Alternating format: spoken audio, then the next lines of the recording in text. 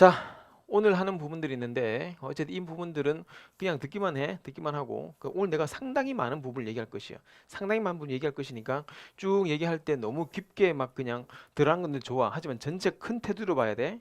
그리고 오늘 공부해 놓으면 다음 주는 숙제는 없어. 그냥 숙제는 그냥 나가면 돼. 다음 주 내가 이게 천재풀이는 있지. 문법도 항상 하지. 근데 다음 주 백그라운드 데는 그냥 읽으면 돼. 내가 여기서 다 말해 줄 것이기 때문에. 뭔지 알겠냐? 그러니까 잘 들어야 돼. 잘 듣고 오늘 하는 부분들이 여기저기 저기 있지만 나는 항상 융합해 주니까 융합적사로 공부하도록 해. 자, 이거는 그냥 듣도록 해. 자, 동영상 들어본 것처럼 어쨌든 뭐 행동 경제학 시작은 데니엘 카네만과 아모스 터버스키가 시작되었었고, 걔들이 1970년대쯤에 이제 시작하게 되었고, 2004년도에 처음으로 이제 경제학 노벨 경제학상을 심리학자가 받게 되었어. 그 심리학자가 노벨 경제학상을 받은 게 세 번 있었거든. 그 중에서는 한 명이 너츠 옥과 리사 탈러고, 그 다음에 데니엘 카멜과 아모스 터버스키가 공통적으로 받고 한 명이 돼 있는데 그 사람은 이제 주식에 대한 거, 사람들의 기분에 따라 주식이 바뀔 수 있다, 뭐 이런 것들을 했기 때문에 앞으로 보게 될 것인데 어쨌든 중요한 건 뭐냐면은 이 주리경제학은 아담 스미스를 생각하면 되는 거야. 주리경제학의 인간은 철저하게 이성적 인간인 것이야. 그렇게 그 아담 스미스에 따르면은 뭐 뒤에 나오는 손실회피성 효과 이런 것들을 이해를 못하는 거야. 그러니까 아담 스미스가 살아가지고 이걸 봤다면은 그 사람들이 깜부쳐 뒤집었을 거야. 뭐 어떻게 이럴 수가 있냐고 사람이. 사람은 객관적으로 평가하는 그런 그 완전한 그러한 합리적 인간이라고 하는데 근데 알고 보니까 인간들은 심리가 포함된 거야. 그래서 경제학에 심리가 포함된 게 행동 경제학이란 말이야. 뭔지 알겠냐? 그래서 오히려 요즘은 뭐 주류경제학 하면 아담 스미스로 국가주의 뭐 개입주의 이렇게 나가고 나머지 경제 동계 사람들은 전부 다 대부분 행동 경제학인 거야. 따라서 이따 행동 경제학 그래프 보여줄 테니까 다시 말해 데니엘 카네만 아모스트프스키가 말했을 행동 경제학은 당연히 심리학과 사회학과 생리학을 경제에 포함시킨 것이야. 그렇기 때문에 당연히 이 감정적으로 사람들이 선택할 수밖에 없다는 거지. 니도 가봐봐. 이마트 가면 뭐 충동구매 막 하지 맞지? 충동구매 이거 원래 하면 안 되는 거야. 아담 스미스 따르면 충동구매는 없어야 돼. 근데 충동구매 왜 하는 거냐고? 그때 기분에 따라서 내가 마음 바뀌기 때문에 이 경제학이 심리학이 포함된 게 그게 바로 행동 경제학인 거야. 이러다 보니까 뭐 나타나게 돼? 감성의 인간이 이끌리다 보니까 여기서 일반적으로 이제 편향이 발생하게 되는 것이야. 이게 쓸 필요 없어. 편향이란 게 뭔지는 잠깐 공부했었고 이게 행동 경제학의 그래프다. 일반적으로 말하는 행동 경제학의 그림이지. 전통 경제학은 딱 돈만이었었지. 근데 여기다가 뭐가 심리학과 사회학과 생리학이 들어오면서 이제 행동 경제에 포함된 것이야. 따라서 여기는 완전히 합리적 인간 이콘을 말하는 거고 여기는 비합리적 인간 휴먼이라는 거지. 그래서 이콘은 딱 말했지 AI라고. 얘는 고정 경제학은 AI 하는 거고 우리가 AI가 아닌 이상은 우리는 항상 경제학에 심리학이 포함될 수밖에 없다는 그 말이야. 정말 좋은 선택도 선택하지 않고 넘어가게 되는 경우가 되게 많아. 요거는 펜다 페이지 122페이지. 자, 설명 빨리빨리 해야 돼. 요거는 이제 이 글의 마지막 부분에 나와. 오늘 생존자 편향은 다음 주로 넘긴다. 그래서 오늘 요것만 제대로 하고 넘어가자고. 그래서 이 선택적 지각 이거 있는데 다시 말하지만 이건 편향이 발생하는 이유가 되는 것이야. 내가 말했었다. 뭐 아모스 트버스키가 데니엘 카먼 이후로 이제 편향이라는 거에 대해서 대략 한 50가지 편향이 생겼어. 뭐 후판단 편향, 무슨 편향, 무슨 편향. 그 중에서 이제 모든 편향들의 가장 기본적인 게 왜 생기는가가 중요한데 인간들은 기본적으로 편향이 생기는 이유가 있단 말이지. 그 이유가 뭐냐면 인지총량제 때문이야. 다른 건 다 안 하고 이거만 할게. 인지총량제 때문에 이제 뇌가 수용할 수 있는 양이 뭐였기 때문에 한정돼 있기 때문이야. 내가 100배 개수 내가 수용할 수 없는 거야. 근데 150, 120이 들어오잖아. 그러면은 뭐 하게 돼? 20을 버려야 되는 거야. 근데 그 20을 버리는 게 중요하면 어떡할 것이야. 그러니까 100을 수용하되 내가 필요한 것만 딱딱딱딱 근데 내가 보고 싶은 것만 듣는다 본다 내가 듣고 싶은 것만 듣는다 하다 보니까 뭐가 된 것이지 편향이 생긴 거라고. 그러니까 일반적으로 이제 선택적 지각 이것이지 인지 총량제가 되다 보니까 이제 이것 때문에 생기는 게 초과하다 보니까 이제 인지 과부하가 생기는 거야. 인지 과부하가 생기면은 당연히 이제 제대로 된 판단 해결책이 안 되거든. 그러니까 사람들이 이제 선택적으로 내가 소화할 수 있는 부분만 소화하다 보니까 자꾸 편향이 생기는 거라고. 따라서 인지 과부를 막기 위해서 극히 일부분의 장만을 받아들여 지각하게 되는데 이걸 선택적 지각이라 하고 없으면 쓰면 되는 것이야. 그래서 만약 이게 과유불급하잖아. 이 선택적 지각이 적당히 쓰면 괜찮은데 과유불급해서 너무 심하게 쓰는 순간 그때부터 뭐가 생겨? 편향이 생기는 거야. 뭔지 알겠냐? 한쪽만 바라보는 편향, 현상유지 편향, 사후과정 편향, 그리고 생존자 편향, 확증 편향, 무슨 편향 이 모든 편향들의 시작은 선택적 지각이지. 그 또 선택적 지각의 또 시작 뭐 인지 과부하 때문에 인지 과부하는 왜 생기는데 우리의 인지가 총량이기 때문이야. 뭔지 알겠냐 무슨 말인지 상당히 잘 나올 것이야. 넘어간다. 그리고 지금부터 본격적으로 오늘 하게 될 내용들을 다루게 될 것이야. 자 넘어갈게. 다 못 쓴 사람들은 다음에 또 쓰면 되고. 자 이제 책을 펴볼게. 책 펴고 위에다가 한번 써봐야 돼. 책을 펴고 위에 쓰는 거 16번 위에 쓸게. 16번에 손실의 정의가 무엇인가? 손실은 내 돈이 빠져나가는 것이야. 다시 말하지만 오늘 초반부 한 30분 동안 내가 설명할 텐데 그 설명은 내가 다양한 부분을 다 해주거든. 그 갖고 있어 봐봐. 영어 한 개 문제 푸는 것보다 더 효율적이야. 원리를 알고 풀 수 있기 때문에. 그 손실이 당연히 많겠지. 무슨 손실이 있고 뭐 물리학에서는 열 손실이란 것도 있겠고 손실이 많겠지만 일단은 행동 경제학과 경제학에서 손실이 뭐냐면은 내 돈이 빠져나가는 것이야. 일단 내가 얻는 게 아니고 내 돈이 빠져나가는 것이야. 그래서 동영상에 우리 딸이 3학년 때 찍은 건데 이게 발음도 잘 안 돼, 걔가. 3학년 때 해가지고. 근데 문제는 뭐냐면은 그 마지막에 화두를 던지지. 말 엄마 아빠가 이제 오늘 아침에 이제 아빠가 복권을 긁었는데 10만 원 당첨되었어. 그건 운이야, 운. 그 공돈 얻게 되는 것이야. 당첨되었는데 그날 저녁에 너무 기분 좋아서 뭐 하다가 과속으로 10만 원 티켓을 끊었어. 그럴 경우에 어차피 내 공돈으로 내가 받게 되었고 그런 다음에 뭐 공돈으로 또 나가게 되는 거니까 어차피 그 돈은 원래 없던 돈이니까 상관없는 것이야. 그러면 뭐 해야 돼? 밤에 잘 때? 아빠는 그냥 아무 상관 없이 그냥 주무시면 되는 것이야. 근데 아빠는 밤에 너무 아깝게 하고 이러면서 주무신다고. 그거 아담 스미스는 그걸 이해를 못하는 거야. 왜냐면 합리적 인간적 개인이라면 두 개가 똑같은데 왜 더 후회하면서 그렇게 주무시냐고. 그게 똑같지 않기 때문에 인간에게서는. 왜? 심리가 포함되기 때문에. 따라서 내가 들어온 것은 10만 원이잖아. 나가는 돈은 곱하기 몇 배? 두 배인 거야. 딱 대략 두 배거든. 곱하기 두 배. 손실은 곱하기 두 배로 내가 고통을 느낀다는 그 말인 거야. 그래서 10만 원을 내가 복권 받았지만은 그 돈이 티켓으로 나갈 때는 10만 원이 내 돈이 빠져나가는 거니까. 내 돈이 빠져나가는 거니까. 빠져나갈 때는 곱하기 몇 배? 두 배니까 20만 원 나가는 그러한 고통을 느낀다는 그 말 되는 거지. 문장이냐? 자, 지금 이건 쓸 필요 없다 이제부터. 이게 이제 보험 문제인데 다음 주에 보험 나와. 근데 보험이 그렇게 깊게 안 나와. 대략 5달러 정도밖에 안 나와. 대충 좀 헷갈리는 거 있으니까 그것만 잘 넘기면 될 것이야. 어쨌든 신규 고객은 필요 없어. 고객 필요 없고 이제 기존 고객을 한번 정리해 볼게. 기존 고객 이건 쓸 필요 없어. 자, 원래 보험이 있었어. 현 상태가 있는 거. 그냥 원래 보험 최초 내 가입할 때 10년 전에 가입했어. 그 보험을 쭉 내가 지금까지 하고 있다면 그건 현 상태가 되는 거야. 근데 이제 보험 정책이 바뀌었어. 그래서 변경 후 정책이 생긴 것이야. 원래 보험이 뭐였냐면은 그냥 1,000원에 10년이었었어. 1,000원 내면은 10년 동안 보장해 주는 거야.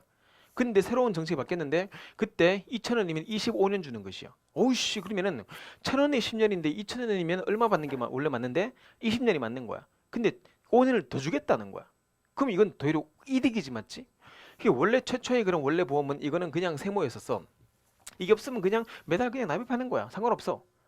근데 편집하겠다고 왔는데 보니까 이제 이렇게 바꿀 수 있는 옵션을 드리겠습니다. 이러니까 이 옵션이 되게 더 좋은 거야. 그러니까 상대적으로 얘가 뭐랄게요? 원래는 세모였지만은 이 새로운 옵션이 들어오니까 상대적으로 얘가 뭐 하는 거야? 나쁘게 느껴지는 거야. 이건 다 알잖아. 상대적으로 이제 뭐라 하지? 그 빈곤감을 느낀다. 그런 거 있잖아, 맞지? 따라서 짜장면이 맛있지만은 이게 막 피자가 들어오니까 짜장면이 상대적으로 조금 없어 보여. 이런 거 마찬가지로.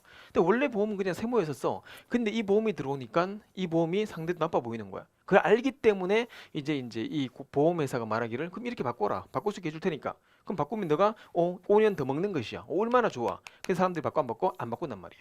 그러니까 안 바꾸는 게 이제 현상유지 편향인 거야. 현재 상태를 그대로 끌고 가는 것이야. 근데 이 현상유지 편향에 답이 있냐? 아니야. 지금도 연구 중이야. 지금도 계속 프린스톤이나 아니면 옥스퍼드 학자들은 계속 연구 중이라고. 우리나라도 마찬가지인 것처럼. 연구하는 게 왜 안 바꾸는가? 왜 안 바꾸는가? 이 의견을 오늘 다양한 세네 가지로 설명해 주는 거야.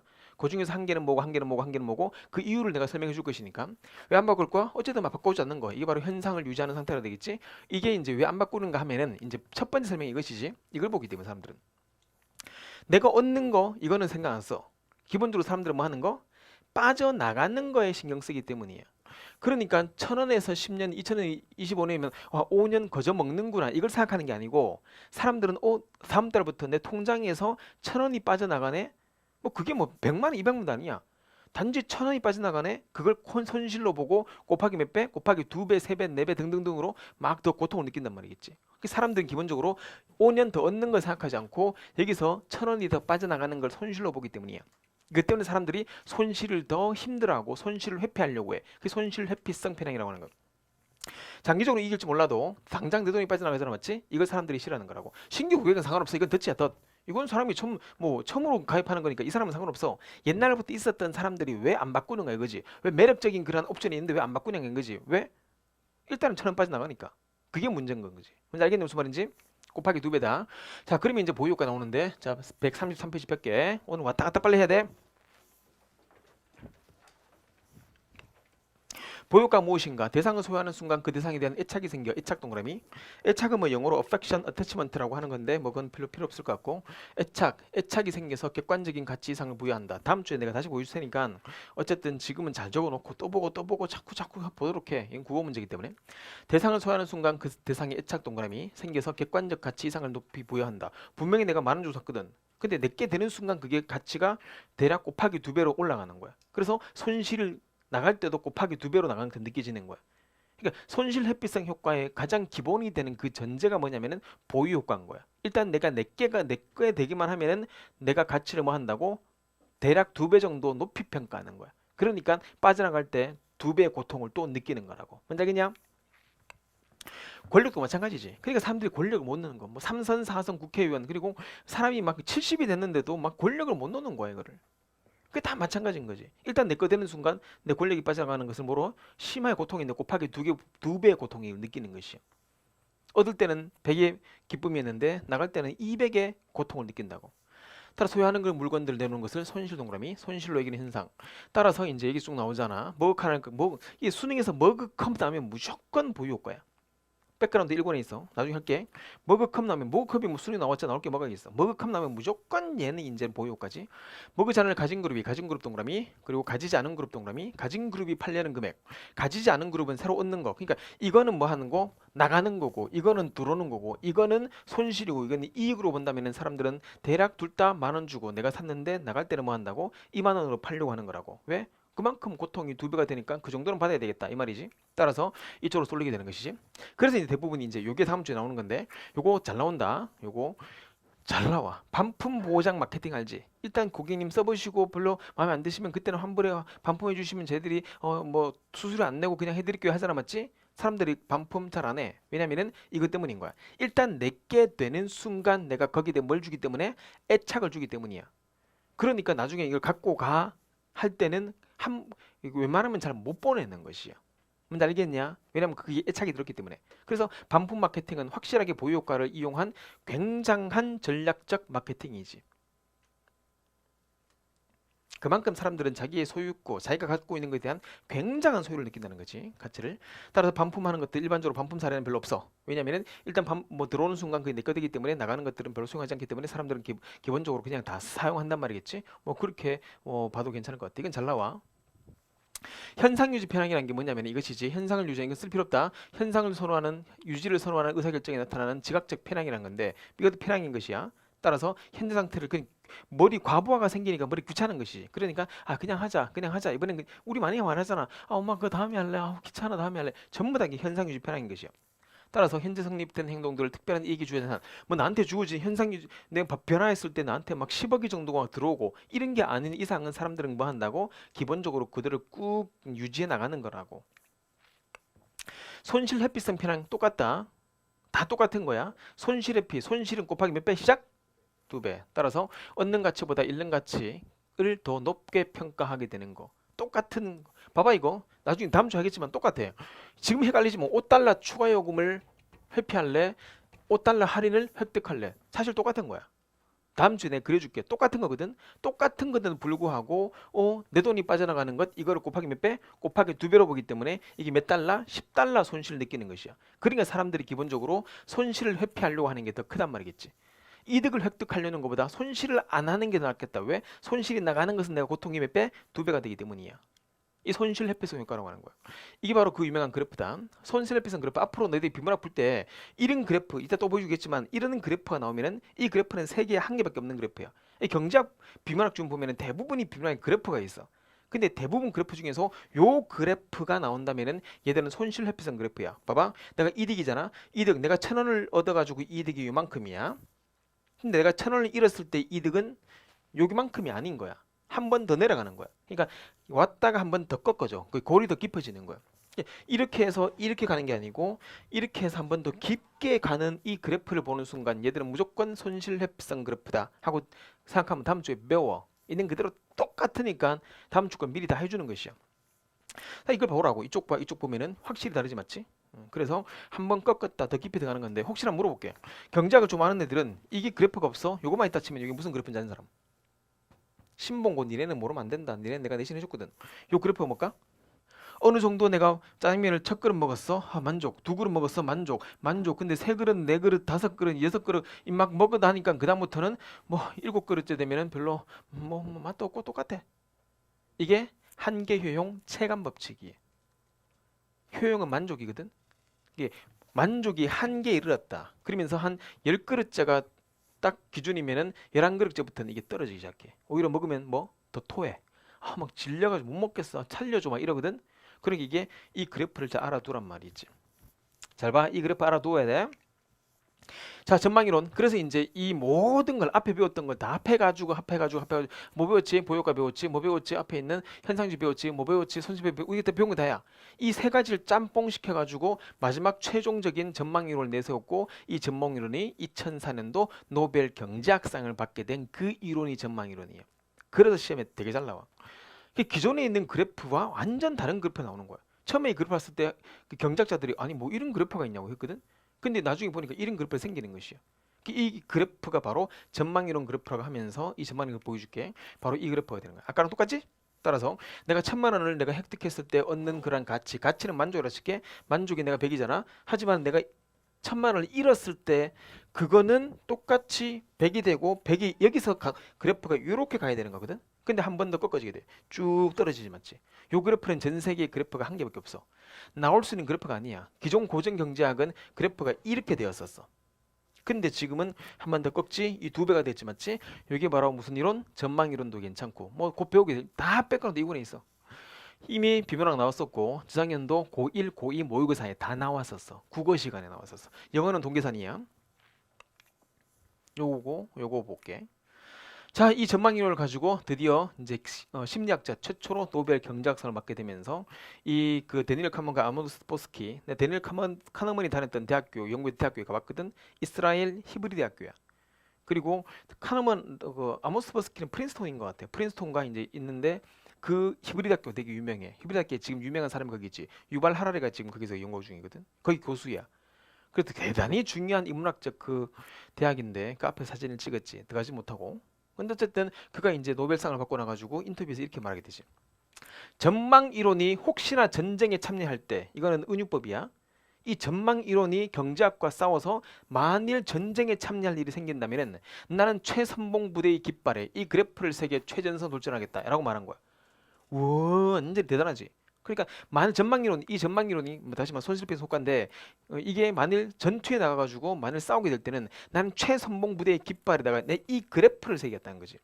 이 그래프가 그만큼 굉장히 유명한 그래프야. 뭔지 알겠냐?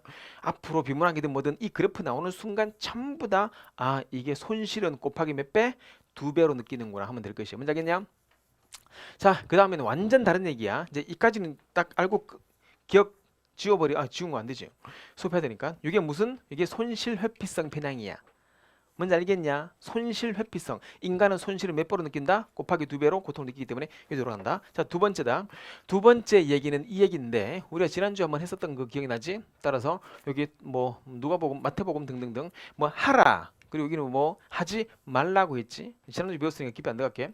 이런 것들이 기본적으로 이제 황금률이라고 하지. 황금률 해가지고 이게 적극적 황금률, 소극적 황금률. 그래서 적극적 함중률은 하라. 그래서 마땅히 해야 할 일을 하는 것을 말하는 거고 마땅히 해야 할 일을 하지 않는 걸 말하는 게 바로 하지 말라 이런 거지. 그 마땅히 해야 할 일을 하는 것 이게 자규라고 하고 마땅히 하지 말아야 할 일 요거 하지 않는 게 부작인 것이야. 그러니까 하지 않는 게 부작이고 하는 게 자규라는 거지. 그래서 자규라는 것은 영어로 좀 하는 파지티브하고 다이렉티브 하는 것이고 그리고 이제 소극적 하지 말라는 것은 네거티브하고 프로히비티브 하는 것이고 그 다음에 적은 명령은 내가 이미 다 말해주었으니까 오늘 요거 아니니까 요건 하지 않을게.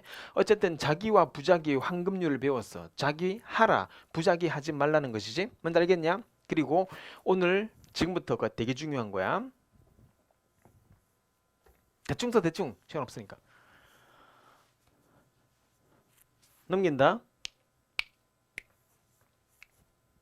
자, 이제부터 부작위 편향을 공부할 텐데 잘 들어야 돼. 잘 들어야 돼. 잘 듣고 요 부분 잘 기억해야 돼. 요거는 시험에 국어든 비문학이 엄청 잘 나와. 특히나 영어는 이미 나왔었던 거기 때문에 페이지 1페이지밖에. 드디어 우리는 자기와 부작위를 공부할 것이야. 자, 지금부터 하는 말 잘 들어야 돼. 잘 들어야 되는데 일단은 내가 지금 예를 한 개 들어줄 거니까 예를 한번 잘 듣고 해봐. 그 일단은 내가 예를 들어주는데 그 예를 들은 사람 자체가 지금 고인이기 때문에 잠시 고인에 대한 묵념을 좀 하고. 어, 10년 전이었어. 내가 이 이야기를 들은 거는 최근이었고, 작년에 들었었고, 이 이야기가 시작된 거는 10년 전이었어.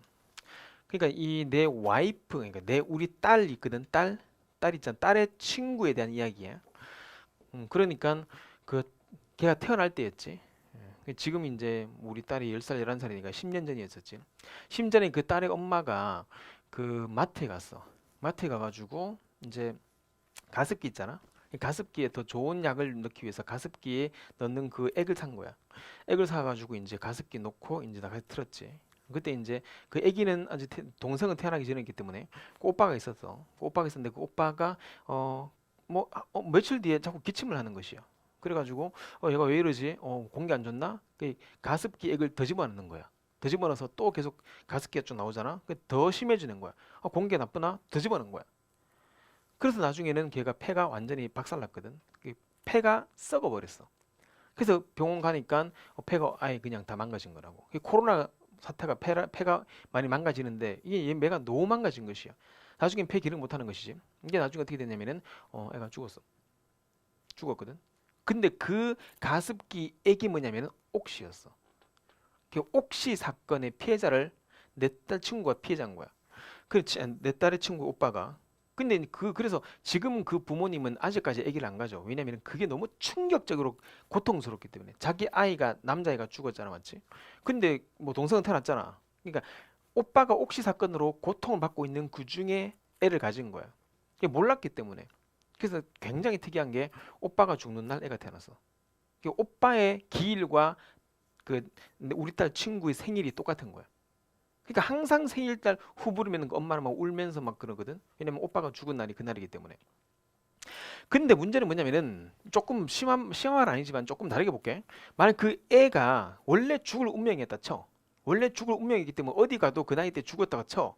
그럼 그 아이가 만일에 교통사고로 죽잖아, 맞지? 그런 거랑 이 옥시 때문에 죽은 거랑 이게 엄마가 어떤 게 고통이 심하겠냐? 다시 말하지만 애가 뭐 옥시를 틀어가지고 애가 뭐 더 좋아지고 호흡기가 더 좋아져서 그러면 이 얘기는 성립이 안 되는 것이야. 왜냐면 사람들은 기본적으로 이익이 되는 순간은 그 까먹거든. 손실이 되면 항상 책임을 추구한다고. 너 왜 그랬어? 너 그때 왜 그랬어? 너 그때 왜 그런 행동을 했었냐고 자꾸 묻는 거잖아. 마찬가지인 거야. 얘가 만일 그냥 지나가다가 학교 앞에서 교통사고로 죽었어. 그럴 경우와 엄마가 옥시를 직접 사가지고 틀어가지고 애가 죽었어. 엄마는 어떤 게 더 고통스러울까? 지금도 말해. 자기 가슴을 때리는데 진짜 가슴을 주워 팬대 막 내가 죽일년이라고 이렇게 말하는데 뭔지 알겠냐? 자귀했기 때문이에요. 작위기 때문이에요. 내가 직접 옥시를 사가지고 내가 직접 마트에 가가지고 내가 직접 옥시를 사서 내가 직접 그 집어넣고 직접 떠놓고 내가 직접 애를 죽였다는 생각이기 때문에 지금도 많은 사람들이 그러지 너 잘못이 아니라고 말하지. 하지만 그래도 그게 상처가 치유가 안 되는 것이야. 내가 직접 했기 때문에 그게 작위라는 거라고. 자규에 대한 것은 분명한 책임이 주는. 너희들이 만일 학교에서 중간고사 끝났어. 그래서 애들이 전부 다가 끝났어. 우리 뭐 할까 하다가 자기가 먼저 딱 해가지고 우리 반 애들 다 모여봐 해놓고 다 모였는데 우리 만 원씩 내가지고 떡볶이집에 가자 해가지고 만 원씩 다 내가지고 떡볶이 10만 원 모아 20만 원 모아가지고 떡볶이집 갔는데 떡볶이 지금 문 닫았어. 그럼 그다음 뭐또 지난주 좀 크크크크 해가지고 단톡방 만들어 내 빼고 막 만들어서 저 새끼 깝칠 때 알아봤다고 막 그렇게 말할 거거든. 그러니까 사람들이 웬만하면 설치지 않고 나서지 않는 게 그 때문이야. 분명히 그것도 근데 갔더니 문이 열렸어. 이번엔 갔더니 맛이 들을 게 없어. 그럼 또 크크크크 이럴 거 아니냐고. 기본적으로 사람이 자귀를 행하면은 거기에 대한 책임 추궁이 따르게 돼 있거든. 그러니까 사람들이 뭐 한다고? 부자귀 하려고 하는 거라고. 그 부자귀라는 게 상당히 중요해. 그래서 뭐 법정 보면은 미필적고에 대한 부자귀 살인 해가지고 아마 내가 손정민 그 사건 있잖아. 그게 만일 걔가 익사를 할지라도 친구는 분명히 부자귀 살인으로 막 검찰에 고발될 것이야. 왜냐면 부자귀했기 때문이야. 이따 설명해 줄게. 따라서 이 모든 결론들은 뭐냐면은 일단은 먼저 조건이 나쁜 결과 이걸 조심해야 돼. 애들이 자꾸 좋은 결과 생각하는데 좋은 결과 생기면은 옥시 들고 괜찮았어. 아니면 뭐 내가 보험 바꿔서 괜찮았어. 내가 코로나 백신 맞고 괜찮았어. 이러면 사람들은 그건 기억 안 나는 거고 항상 실수가 나고 손해가 나면은 그때는 책임 추궁을 항상 묻거든. 그때 자기에 대한 책임이 더 크단 말이지. 자, 자기 들어갈게. 부작위는 안일 부자 행할 작자 행할 리자 행할을 두 번 썼지. 행하지 않음인 것이야. 마땅히 행해야 할 상황에서 행하지 않는 모습들 이게 바로 부작위라고 하는 거죠. 행하지 않는 행위 이게 부작위라고 해. 다 끝나가 설명 다 끝났어. 패랑이 뭔지 설명했고 손실비성 설명했고 전망효과 그래프도 보았고 그냥 부작위까지 하면 다 끝나는 거야. 여러 가지 설이 있다는 거지. 가장 큰 비용 대가는 무행동이다. 따라서 만일 우리 어른들이 뭐 하면은 자꾸 부작위 행동을 벌이는 순간 그 모든 피해는 누구한테? 너희들한테 갈 것이야. 그 어른들이 자꾸 어떤 일을 행해야 되는데 해야 될 때 해야 되는데 욕을 먹을까 봐 하지 않는 순간 그 피해는 고스란히 너희한테 가게 될 것이야. 인류가 항상 그런 모습을 보여주고 왔기 때문에. 봐봐 이거지. 했을 때 일어나는 손실. 지금부터는 잘 봐. 뭐가 크겠냐고. 요 했을 때 요게 바로 뭔데? 작이라고 하는 거고, 그리고 요게 이제 부작이라고 하는 거야. 자, 물어볼게. 했을 때 일어나는 손실이 더 크겠냐? 아니면 하지 않았을 때 일어나는 손실이 더 크겠냐? 아니면 움직였을 때 돌아온 비난이 더 크겠냐? 움직이지 않았을 때 돌아온 피해가 더 크겠냐? 비난이. 행했을 때 발생하는 것에 대한 책임 추궁이 더 크겠냐? 행하지 않았을 때 발생하는 것이 더 크겠냐? 자기에 대한 책임이 더 민감하고 더 고려하고 더 책임 추궁 크겠냐? 부작이 더 크겠냐고. 답이 뭔데? 자기란 거지. 100% 자기란 거지. 자기에 대한 책임 추궁, 자기에 대한 고려, 자기에 대한 책임 추궁이 훨씬 더 큰 것이야. 근데 알겠냐 무슨 말인지? 왜? 내 손으로 직접 했던 거에 대한 내 손으로 처리해야 되고 많이 해야 되는 그런 것들이 있기 때문인 거야. 그러니까 그 어머니가 지금도 그런 게 내 손으로 그렇게 애를 죽였다는 그 마음이 있단 말이지. 이걸 그대로 이제 들어간다. 그대로 이제 코로나 백신으로 들어갈게. 이제 백신 딜레마라고 원래 EBS 나왔었거든. 곧 나온다. 백신 딜레마. 백신 딜레마 들어봤냐? 백신엔 딜레마가 있어. 자, 일단 볼게. 자기로 인한 부작용 처벌한다? 이것이지. 그래서 어떤 화이자라는 그런 제약이 있어. 화이자 제약이 신약을 개발했어. 개발해가지고 혹시나 부작용이 생겨서 그에 대한 처벌은 존재해 안 해? 존재하는 것이야. 어떤 애가 화이자 약을 먹고 죽어버렸어. 그럼 화이자한테 소송 걸리겠지? 나는 괜히 약 만들어가지고 잘못돼서 막 사람한테 막 그러고. 근데 문제는 뭐냐면 신약 개발하지 않았어. 어떤 회사가. 아, 우리는 그거 안 할래. 했는데 이것은 인류의 인류를 위험에서 벗어나게 하지 못한 것에 대한 책임을 물 안 물어? 안 묻는 것이요. 그러니까 부작위에 대해서 안 묻는 거야 사람이. 행하지 않은 거에 대해서 안 묻는 것이야. 너 왜 코로나 백신 안 만들었어라고 우리 뭐 한국 제약회사에게 물어보냐? 웅진 제약이 물어보냐? 안 하거든. 근데 이상하게 백신을 만들어 놓고 죽었으면 거기에 대한 책임을 묻는 것이야. 그러니까 백신은 웬만하면 제약회사에서 개발하지 않으려고 해. 백신 지금 혹시 아스트라제네카 백신 얼마인 줄 알지? 2,000원이거든. 백신은 돈도 별로 안 돼. 치료제가 돈이 되는 거야. 암이 생긴 그 다음에 치료할 때 돈이 이제 많이 들거든. 비싼 거거든. 근데 백신은 일반적으로 그렇게 돈이 비싸지도 않아. 백신 같은 것들은 돈도 안 돼. 그런데 지금 코로나니까 그렇게 하는 것이지. 백신은 왜 돈도 안 되는데? 백신은 기본적인 딜레마가 있기 때문이에요. 일단 이거지.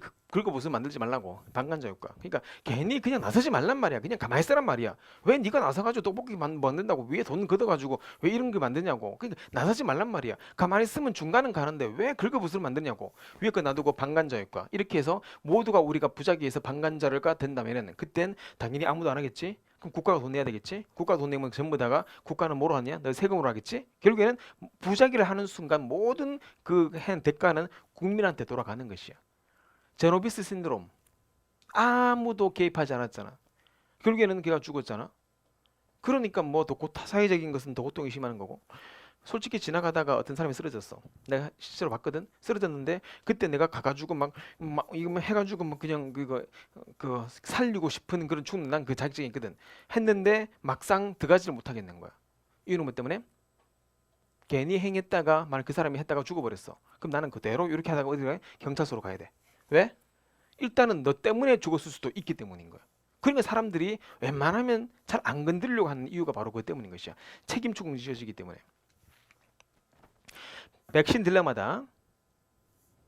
백신 기피 현상인데 백신은 기본적 딜레마가 있어. 딜레마가 뭘까? 건강한 사람에게 투여한다는 딜레마인 거야. 이게 이제 요거 잘 알아두어야 돼. 백신은 딜레마가 있어. 백신 치료제가 아니야. 백신은 기본적으로 지금 어제도 돌아가셨고 계속 돌아가시는 중이잖아. 어떤 30대 그 간호사가 백신 맞고 2시간 만에 죽었어. 그 사람이 안 맞았으면은 살 수 있었어. 근데 괜히 맞은 거야. 이게 백신은 그게 부담스러운 게 제약회사들이 부담스러운 게 그것 때문인 거야. 괜히 만들었다가 나는 좋은 일 해서 만들었는데 괜히 투여했는데 죽어버렸어. 아씨 난 만들고 난 욕먹고 뭐 이런 상황이 되는 거라고. 난 대신 해주고 욕먹고 이런 상황이 되는 거라고. 백신은 기본적으로 건강한 자에게 접종 후 사망 가능성이 있다는 게 백신 딜레마인 거야. 그 백신 안 만들어. 코로나는 특정 상황이야. 특이한 상황이야. 코로나는 지금 어쩔 수 없이 이제 다 만들어서 그래서 그거 있잖아. 그 이스라엘이 말이지. 이스라엘이 최초로 다 거의 다 끝났잖아, 맞지? 근데 이스라엘이 최초로 화이자를 많이 맞게 되었는데 그걸 이제 나중에 신문 기사로 봤거든. 그 이스라엘 총리가 화이자로 간 거야. 가가지고 우리한테 먼저 달라고. 그러니까 화이자가 우리 미국 기업인데 미국한테 줘야지 내한테 왜 주냐고. 그랬더니 그 이스라엘 총리가 이렇게 말한 것이 단판을 지은 것이야. 첫째, 우리가 화이자를 너한테 맞고 최초로 그 지구 전체에서 가장 먼저 국가 중에서 맞고 그런 다음에 이 백신에 대한 모든 그러한 결과는 너희들한테 결과를 통보하겠다. 연구에. 두 번째, 어떤 일이 있어도 백신 때문에 죽은 사망에 대한 책임은 너희들에게 추궁하지 않겠다. 이게 말해서 백신 딜레마를 알고 있었던 거지. 그래서 그래, 니네부터 하자 해서 다 한 거지. 그걸 단판을 지은 게 신의 한 수였다고 말하더라고. 백신 딜레마로 생기는 그 문제에 대해서는 너희는 추궁하지 않겠다. 왜? 백신은 기본적으로 건강한 사람한테 맞는 거야. 근데 맞을 필요 없는데. 그래서 백신을 보면 딱 그래. 백신을 주입했을 때 부작용으로서 죽을 확률이 10만 분의 10명 이상이잖아. 그땐 백신 안 맞는 게 맞아.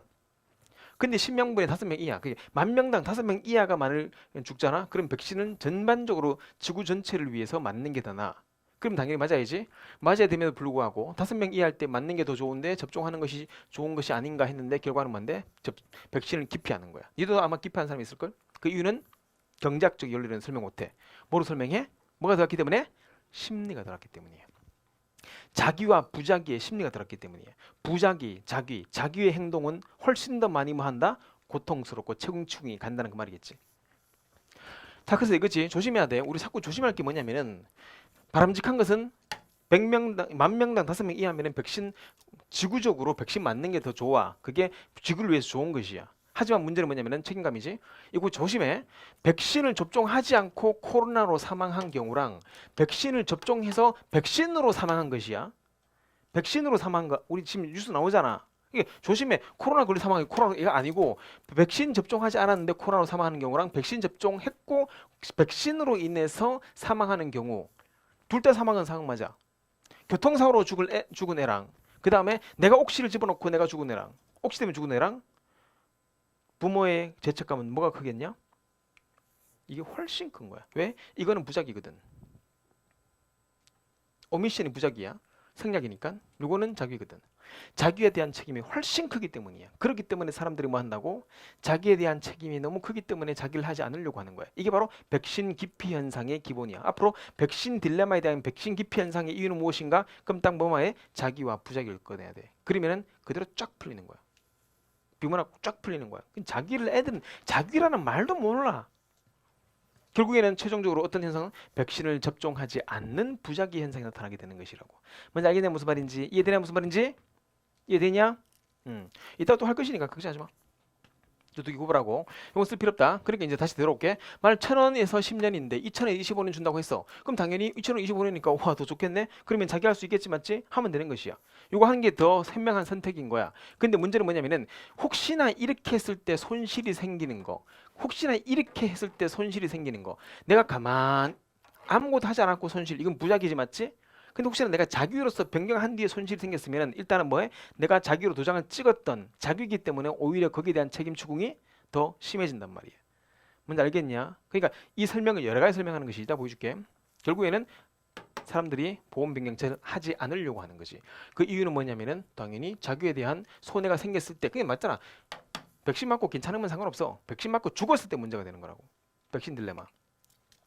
따라서 이제 마지막이다. 사람들이 왜 안 바꾸는데 이유는 뭐냐면 이 여러 가지 있겠지. 첫 번째는 매몰 비용으로 설명할 수 있어. 그리고 1차 탈락은 요거를 디폴트 값이라고 넣죠. 효과 있어. 근데 이거 말고 또 있으면 손실 회피성 편향. 아까 있지? 곱하기 2배로 내가 마음이 아프다. 그리고 세 번째는 후회 회피성 편향. 후회 회피성은 다른 말 이건 바로 자기와 부작인 거야. 자기 했을 때 오히려 내가 더 뭐하다?